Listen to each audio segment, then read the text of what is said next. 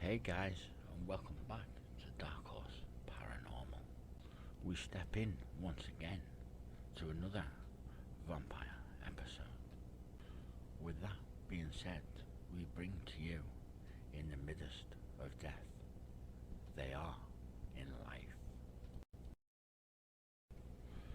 A vampire may exist as a dead body which continues to so-called live in its grave until night time, when it crawls forth out of its temporary resting place to go in search of blood and prana, the very life force essence of a human, to gain food. Many years ago, at a cemetery in Lancashire, a father died and could not be buried in the family plot because there were 4 coffins already within the grave. The sons were baffled, as there should only have been 3 coffins within the grave, and some assumed that the 4th coffin had been entered there by mistake. One of the sons prized open the coffin lid and was amazed to see that it was not even fastened down with screws. In the satin-lined coffin there rested a rosy-cheeked stranger in an expensive-looking clothes of velvet and silk. On his fingers he wore a collection of dazzling rings, and the dead man's face was described as having a distinctly privileged profile. The next night the sons entered the cemetery after dark with spades to remove the stranger from the family grave to make room for the father's coffin. When they opened the unidentified coffin, they were shocked to find it completely empty. There had been reports of a vaporous ghost of a distinguished-looking man who haunted the cemetery, and a local priest believed the apparition was from that of a vampire who had seen floating over the gravestones late in the grey, foggy November afternoons a fortnight before. Local gravediggers had told the priest about strange tunnels in the same burial ground, of moved coffins and disturbed corpses, all indications of a vampire lair under the cemetery.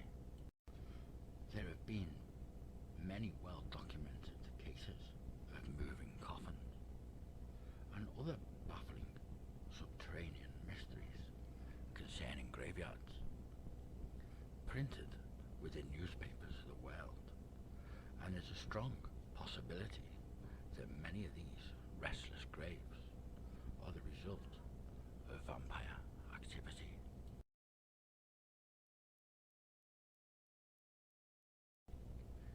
Here are just a few accounts of corpses that have been busy after death.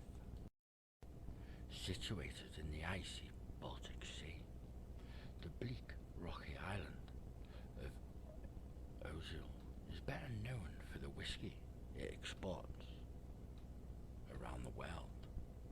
But in the 19th century, the island became the talk of Europe for much less mundane reasons: the sinister, restless graves. Upon the island of a seal on June the 22nd, 1844, Miss Dalman, the wife of a local tailor, rode a cart carrying her 2 children up a long, lonely lane which ran parallel to the town cemetery. Mrs. Dalman was going to visit her mother's grave, like she did every month.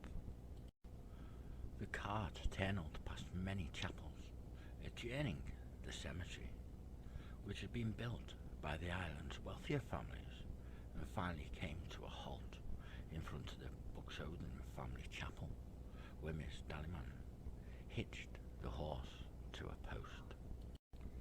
She then went into the cemetery with her two children, clutching a bouquet of flowers, ready to pay her quiet respects to her much-missed mother at her graveside. A quarter of an hour later, Miss Dallerman and her children returned to the cart and found the horse acting hysterically. The horse was lathered in perspiration and had almost uprooted the post to which it had been tethered.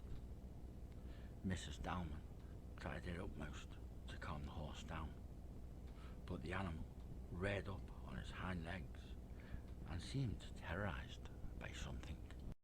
Mrs. Dalman called out the vet to treat her animal, and he bled the horse, which was a common practice to remedy almost anything in those days.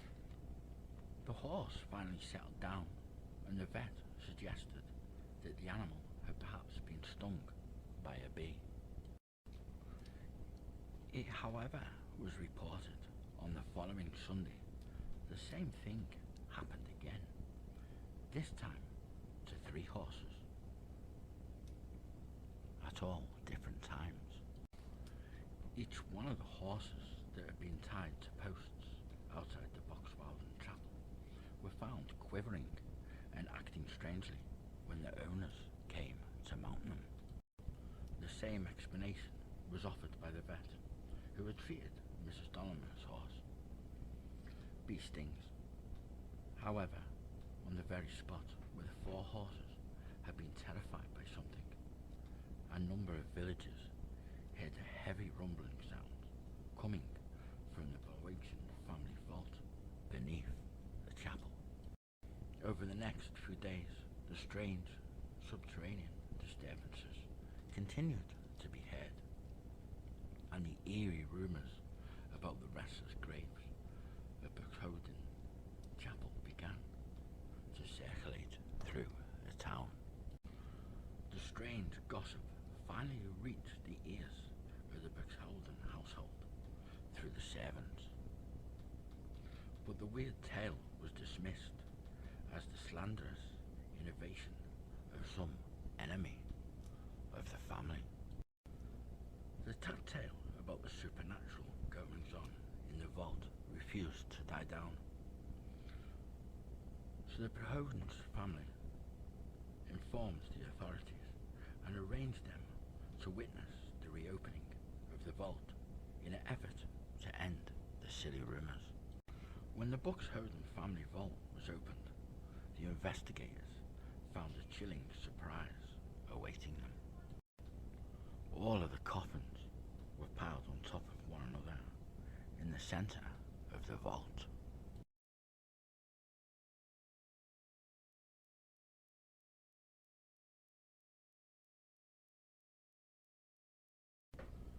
Three members of the Boxhowden family and the party of official investigators took half an hour carrying the heavy coffins back to their iron racks, which were mounted around the walls of the vault. No one spoke so much as a word within the vault during this time, because the air seemed charged with a terrible presence of dread. When all the living had left the underground chamber of the dead, the vault was locked and molten lead was poured over the broken seals of the door as a precaution against any future tampering. The Boxhowdens and the group who had accompanied them in the vault racked their brains trying to think of a natural explanation which could account for the stacked coffins, but no such explanation was forthcoming. It was therefore agreed that the incident should be kept secret from the people of Ursel.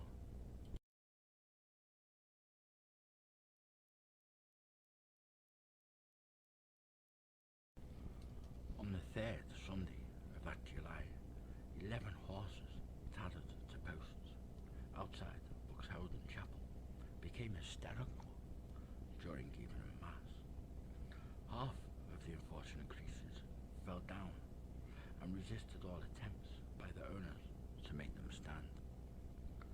3 of the horses died where they fell, while others became so frenzied they snapped the reins and galloped off in a blind panic. Throughout all this commotion, the chapel goers felt strange throbbing vibrations pounding the ground beneath them. The localized tremors were evidently coming from the exact spot where the Bixhausen family vault was located. It was at this point the mystery of the restless dead beneath the chapel could no longer be kept a secret, and the people that had lost the horses, together with a mob of the town's superstitious inhabitants, joined forces and sent a petition to the consistory, the supreme governing church body, which periodically held the official hearings regarding religious visions and supernatural incidents. While the tardy white-haired elders of the consistory considered what actions to take over the rumbling noises in the vaults, one of the Buxhausens died. After the funeral, several members of the wealthy family melted the seals of the now infamous vault and unlocked its heavy 6-inch reinforced doors. Once more they found the coffins in a stack in the centre of the vault, and this time this were strange marks on one of the larger coffins, as it had been battered and chipped by something. The Buxhausens and several brave volunteers positioned the coffins back onto their iron wall racks and quickly retreated from the vault. The locks were changed this time, and fresh lead was poured onto the seals around them. Word got out the second bizarre incident, adding more fuel to the creepy rumours of the jumping coffins in the Buxhaven vault. Now the people of Zeal feared something evil was at large on their island, and they made further demands to the sluggish consistory to take immediate action. The church court decided to act under this growing pressure, and they opted for a thorough investigation of the haunted vault. The president of the consistory, Baron de Glodable, went along the vault with 2 members of the Buxhaven family. He noted the doors were locked and the lead seals had not been broken or tampered with in any way. Another witness was summoned, and he observed the Baron and the 2 Buxhausens break the seals, unlock the door, and enter the vault with lanterns. This witness was given permission to enter the vault, and when he did, he came upon a most distressing scene. This time the coffins were scattered everywhere in disarray, and some of them had been smashed open, partially revealing the decomposed corpses they contained. There is no way grave robbers could have tunnelled into that vault, which was lined with thick slabs of granite. The slabs were intact. There was no evidence of any secret openings to the vault. Furthermore, had grave robbers been responsible for the gross acts of desecration, they would have certainly taken the diamond rings and other items of jewellery from the bodies. New coffins were brought in to the vault, and the bodies were put into them. Someone suggested sprinkling fine wood ashes on the floor of the crypt, so that the ghouls responsible for the grim deeds would leave their footprints behind.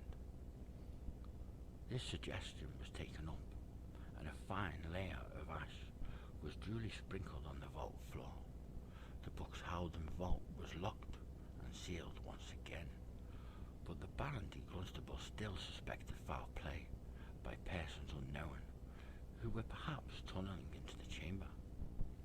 So he employed workmen to dig a 6-foot-deep trench around the vault and posted armed guards at the crypt's entrance. After 72 hours, the Baron turned up with an announcement with 2 of the Buxhausens and stormed the troubled vault. Inside they found all the coffins were on their wall racks, each of them standing end against the wall. On the floor there were no footprints, in the layer of ash. This left the Baron and the Beholdens completely baffled and somewhat afraid of the dark forces which were apparently at work within the crypt. The Baron filed his report to the consistory, and the only suggestion that they had regarding the unexplained disturbances was to bury the Beholdens' coffins elsewhere. This was subsequently done, and the old family vault was sealed up for good.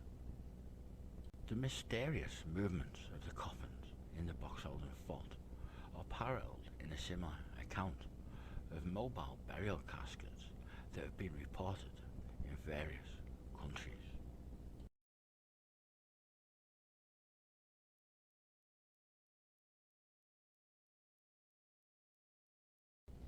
According to the church records at Stanton, Suffolk, a vault belonging to a French family became the source of loud thudding sounds one evening in the mid-18th century. When the vault was opened for an additional interment in 1755, the large lead-covered burial caskets were found scattered all over the place.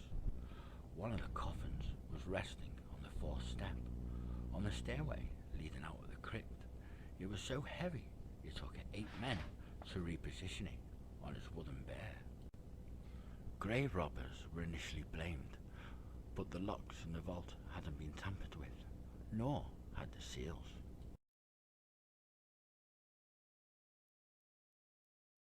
A similar mystery was investigated on an island of Barbados in the 19th century. This was the so-called mystery of the creeping coffin.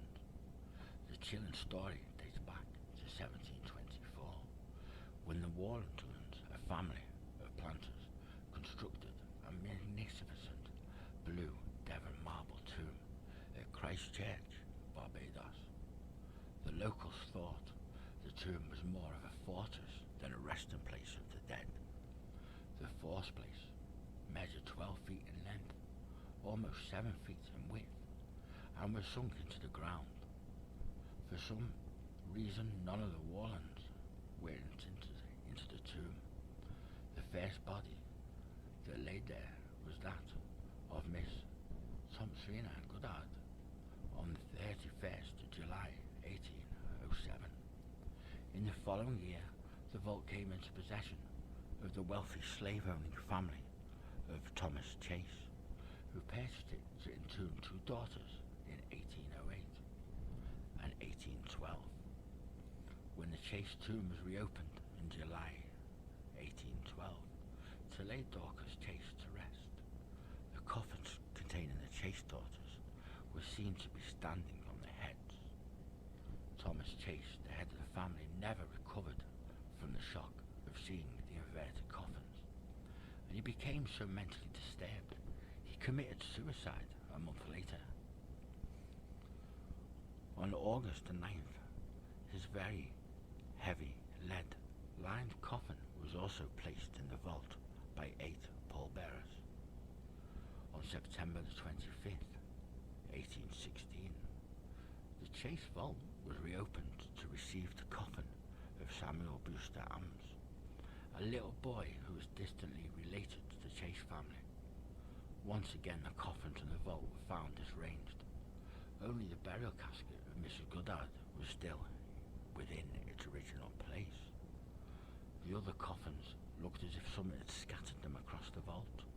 There was a little on the strange mourners could do but return the coffin to the rightful places.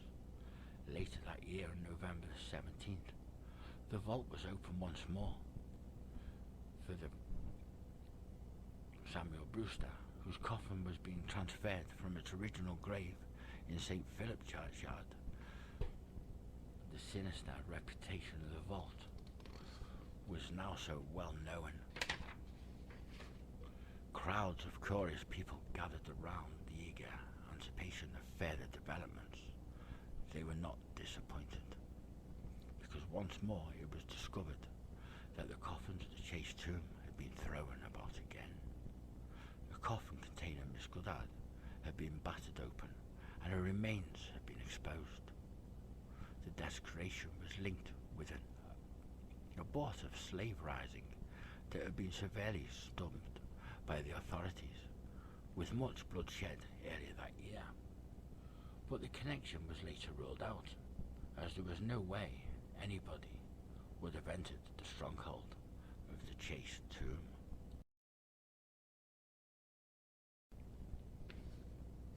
On July 17, 1819, the vault was once opened once more, and the coffin of Thomasina Clark was taken inside. Outside the crypt, the Viscount Combremar, the governor of Barbados, and two of his officials waited and bated breath.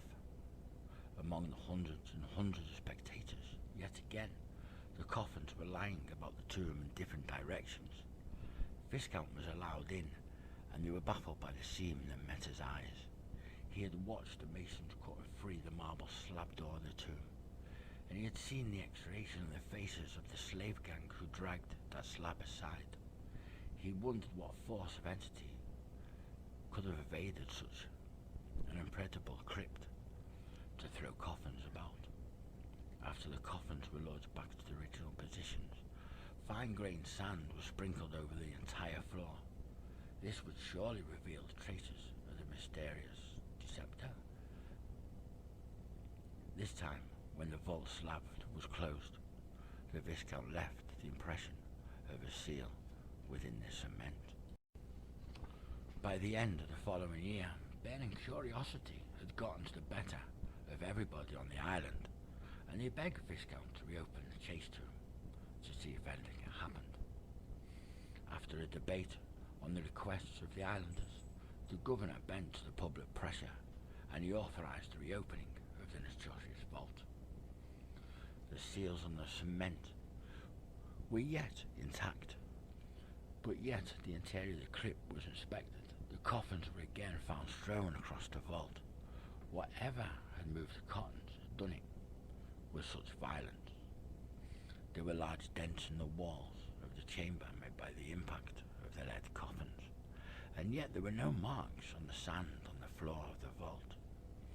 Viscount, a fearless man who had once been the Duke of Wellington's finest cavalry commanders, later admitted that his blood had run cold when he saw the state of the vault and the positions of the coffins that day.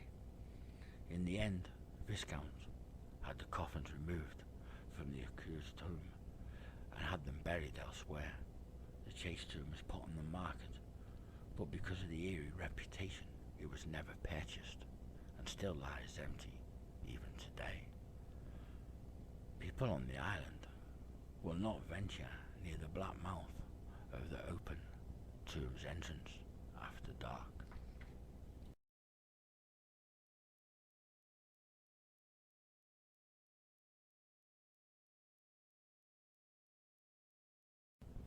In the 1950s, a cemetery at Beverton, Wirral, was said to be haunted by an entity that emerged out of holes in the ground. The opening of the outlets were as small as rabbit holes. In some places, yet a 6-foot-tall man in black was seen to emerge from them as vapour, which quickly solidified. The strange being was seen initially by an elderly woman who was going to place flowers on her daughter's grave one dusty October afternoon in 1952. The pensioner saw a cone of smoke issue from the ground as she looked on. The vapour slowly solidified into a figure of a tall man who stood looking at her with an expression of contempt. His arms were folded, and the pensioner turned around and walked away quickly in the other direction. The same vaporous man in black was seen by many other people within the cemetery until 1959. Incidentally, there was a grave at the cemetery in Beverton that contains the body of a Birkenhead woman who passed away in the early 1960s. The woman, Miss Emily Filler, died at the age of 69 from a cerebral hemorrhage.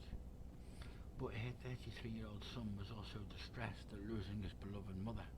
He attempted to bring her back to life by digging down to a coffin and resecuring her from decay in the realm of worms. In the mind of this man, who was unhinged by the utter grief. He believed that instead of waiting for the mass recreation on Judgment Day, he could revive his mum. He desired that he would first infuse chemical-based energy into the lifeless body by stuffing its mouth with glucose sweets. He then resorted to wiring his mother up to the mains electricity supply in an effort to rescue her. Perhaps the muscles of the corpse twitched and spasmed rippled through the deceased limbs, but the spark of life could not be rekindled. Sometimes it's hard to let a loved person leave our life, but when death takes them, there's little we can do except hope that they are at peace. And if we have significant faith, we may look forward to joining them in the hereafter one day.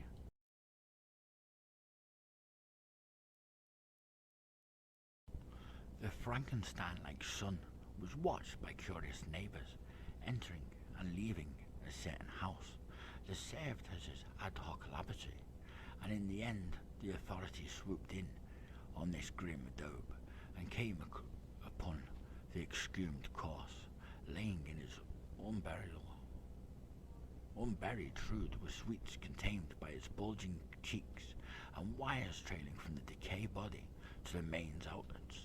The police were sympathetic towards the son, and no charges were brought against him. The old woman was solemnly reinterred in Bedfordton Cemetery, where she silently awaits that promised day when the dead shall rise from the graves.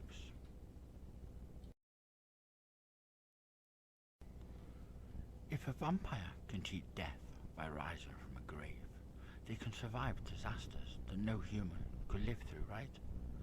What would happen to a vampire if he or she was on a sinking ship at sea? Well, the following strange story may give us an indication of the resilience of a vampire physical constitution. There are many sane and respected people around the world today who intend to have their bodies put on ice when they expire. The frozen corpses will be stored in liquid nitrogen at temperatures of minus 196 degrees centigrade until a further time when advances in medical technology will allow the deep frozen dead to be rescued. These attempts at cheating death through freezing are practical examples of the relatively young science of applied psionics. The Psionic Society of California is a pioneer in this field and started freezing newly dead bodies in 1967. But there are now chronic storage facilities starting up in other parts of the world.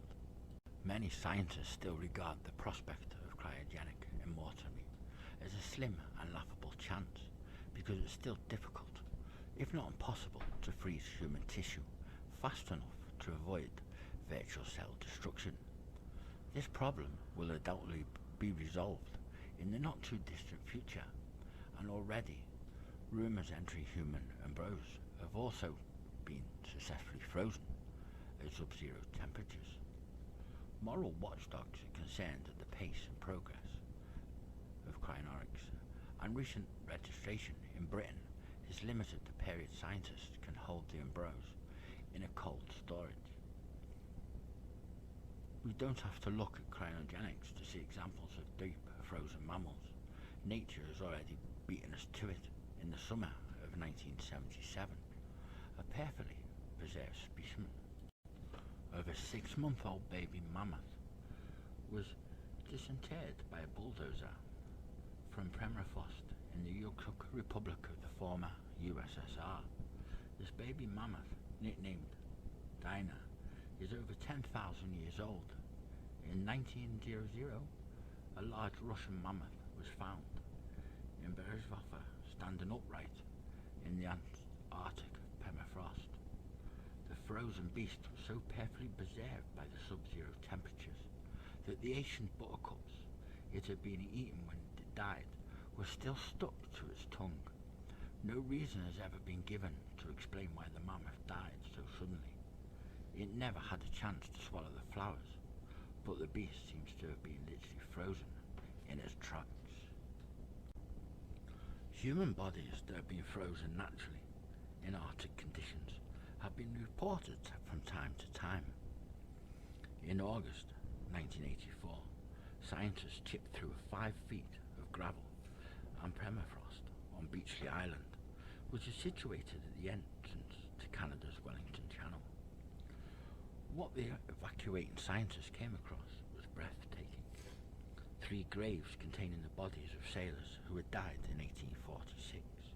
One of the corpses was perfectly preserved. The body was subsequently identified as that of Seaman John Torrington of the ill-fated Franklin Arctic expedition. Sir John Franklin had left England in 1845 on a mission to find the Northwest Passage, a long-sought sea route from the Atlantic to the Pacific Way of Canada's Arctic Islands. The British government and its Admiralty were confident that Franklin would find the passage, and they gave him 2 Ice-Rhenian ships named Erebus and Terror, which had been completely overhauled and refitted for the expedition. Franklin and his men perished in the Arctic Circle before they could find the Northwest Passage, but the late fate of the ships is unknown.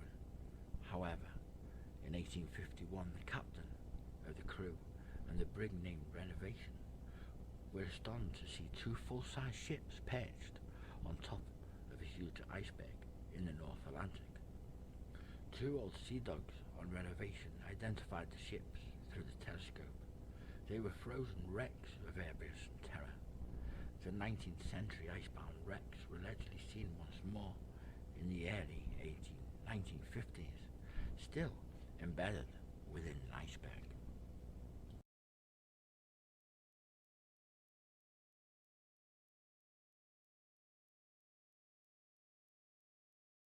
There have also been more sinister reports from people frozen in ice. The following story was buzzing across the internet in the late 1980s and was even reported in the BBC radio bulletin in Britain. According to the story, in March 1988, towards the end of the Cold War, a Russian destroyer was on manoeuvres in the North Atlantic, about 800 miles of South Iceland. When on lookout on the ship with high-powered binoculars spotted an iceberg on the horizon. There was nothing unusual about an iceberg being in that area of the ocean in March. But what excited the lookout was the curious dark spot he could see on the iceberg. As the berg floated nearer to the destroyer, the lookout zoomed in on the dark spot and sighed in disbelief. The dot was the figure of a woman lying on a ledge, covered in a thin layer of ice. She was dressed in a black jacket and a long black dress, and was lying on her back. The captain of the destroyer immediately dispatched a motorboat to take a closer look. 2 drivers left the boat and swarmed over the ledge of the iceberg to take a closer look at what was obviously the frozen corpse from some sea disaster. 3 more men, including a physician, came off the ship and spent almost an hour freeing the body from the ice. The woman, who looked about 25 to 35 years old, was perfectly preserved. However, on one ankle, which was blackened by the tissue destroying ice crystals. The outdated clothes she wore indicated that she had merely been frozen for a long time, perhaps 50 years or more. The corpse was put onto a body bag and taken on board the Russian destroyer, where it was put in refrigeration until the ship returned to the Soviet Union. The corpse was then transferred to a military hospital in Leningrad and slightly thawed to just under room temperature. The woman's face looked fresh and rosy, presenting the illusion that she was only sleeping. During the examination of the female, her eyelids flew open. It seemed to be a reflex action and not a sign of life. The blue eyes were slightly bloodshot, but looked animated. All of the signs artists presented recoiled in shock.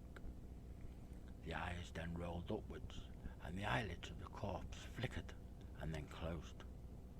One report said that the scientists tried to resuscitate the corpse by firing a high voltage current through its chest with a special defibrillator, but the lungs were full of ice and other internal organs were damaged beyond repair.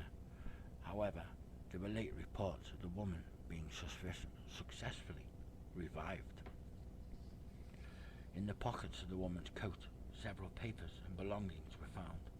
A brooch, a purse, with all money that dated to early 1900s, and a number of documents which stated that the woman had been a passenger on the Titanic liner, which sank after hitting an iceberg 350 miles southeast of Newfoundland in 1912. It was surmised that the woman had probably fallen or jumped overboard from the stricken vessel, and she probably somehow been swept onto one of the icebergs drifting through the waters.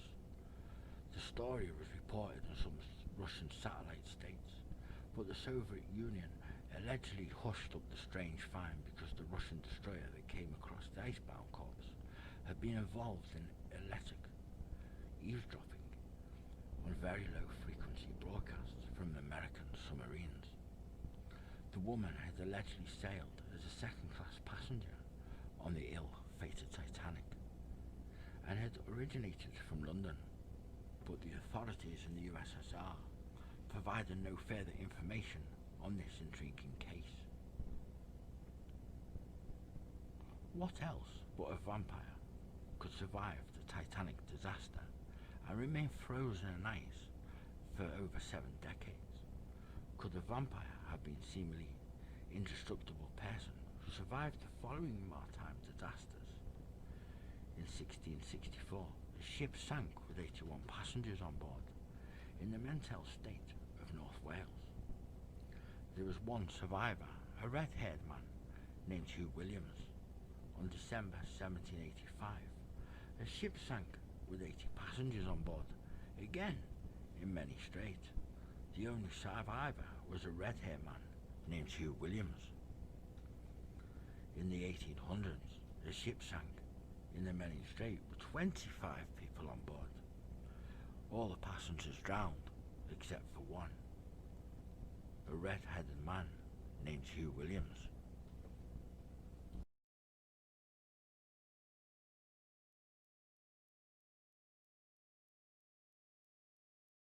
Well, thank you for listening, and this brings us to our end of this episode. Until next week, when we are back again with another episode of Vampires of the United Kingdom.